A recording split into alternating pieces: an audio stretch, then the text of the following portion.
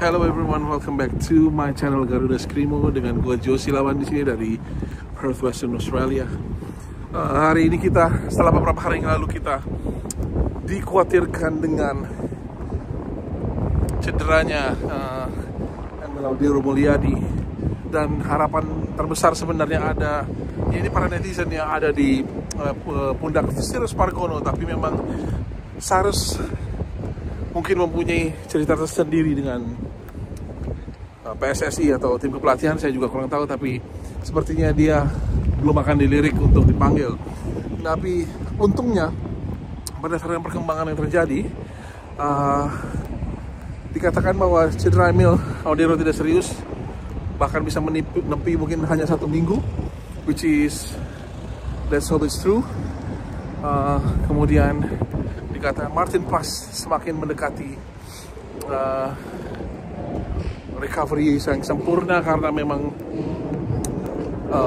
cederanya sudah lama dan memang sudah berangsur sangat baik dan diharapkan bisa turun. Makanya dia tetap dipanggil untuk minggu depan di Jeddah di 180 menit penentuan kita yang paling penting.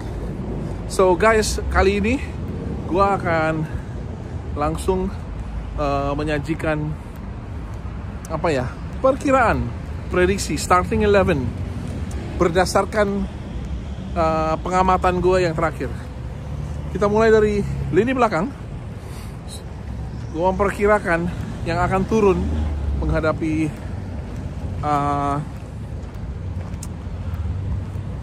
Saudi Arabia adalah Martin Paz, ya. Berdasarkan keadaan kondisi dia terakhir, semakin pulih, semakin siap. Sementara Emil cederanya masih terlalu dekat dengan hari H. Walaupun ada kemungkinan tetap Emil yang turun, tapi saya lebih menjagokan Martin Paz untuk turun karena there's no difference Emil atau Martin Paz. Tapi berdasarkan keadaan terakhir Martin Paz. Kemudian pola akan dipakai oleh Clifford, saya yakin adalah pola 4-3-3, which is Sandy Walsh. Saya pikir akan pulih tepat waktu bermain di kanan. Kemudian dua center back, Jay Itzes, El Capitano kita, dan juga Kevin Dix, the one and only. Di kiri 4 back sejajar, Calvin Verdonk. Sudah pasti Calvin Verdonk permainannya semakin meningkat di Lille, semakin punya banyak pengalaman, semakin sering, bahkan pembantaian yang dialami oleh Eintracht, dialami oleh Borussia Mönchengladbach dan Lille itu akhir-akhir ini, itu membuat mereka lebih matang sebenarnya. Nah, kemudian jika kita ke tengah, saya sudah sangat yakin duo jangkar Tom Haye dan Joey Pelupessy akan mengisi tempat tersebut, ya. Tom kelihatannya semakin matang, semakin bisa bermain penuh 90 menit ya di pertandingan terakhir bersama Persib.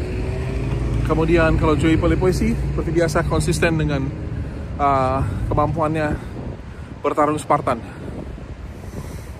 Nah, di depan dia itu ada 3 pemain, jadi 4-3-3 atau metamorfosis menjadi 4-2-3-1. Di depan mereka adalah kakak Ricky Kambuaya, satu-satunya di mana only. Siapa kakak dari Papua ini, luar biasa.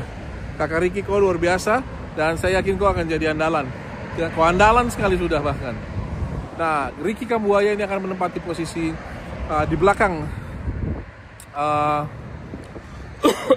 di belakang Ole Romani, dan kemudian di sisi kanan Miliano Jonathans, ya. Miliano Jonathans pemain yang luar biasa menurut saya, penampilannya di FIFA Matchday Online, dan saya pikir Miliano lebih dari siap untuk mengisi posisi kanan itu.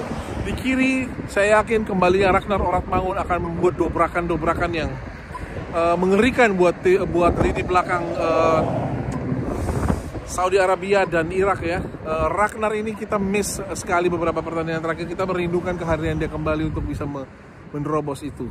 Nah, Lalu di depan tiada lain adalah Oleg Romani. Ya, itu yang ini. Dan jika memang Oleg Romani tidak bermain, menurut saya kemungkinan besar Ramadan Sananta akan ada di situ, atau Mauricio Zylstra. Tapi saya memikir Sananta lebih ke tipikal striker yang lebih murni dibandingin Zylstra. But we never know. But saya yakin Oleg Romani akan starter. Ya, itu dia pola yang 4-2-3-1 atau 4-3-3, formasi yang saya prediksikan akan diturunkan Coach Patrick Kluivert. Teman-teman punya pendapat lain? Mungkin di kanan kayak Jakob Sayuri mengisi tempatnya Sandy Walsh, bisa saja. Taruh di komen ya, diskusi kita kali ini. Saya ingin tahu juga pendapat teman-teman, tapi itu pendapat saya sebagai orang awam yang mencintai timnas Indonesia. So thank you so much teman-teman sudah mendengarkan video saya kali ini. Jangan lupa subscribe channelnya, like videonya, dan share ke teman-teman supaya channel ini bisa lebih berkembang lagi. Thank you so much and until next time.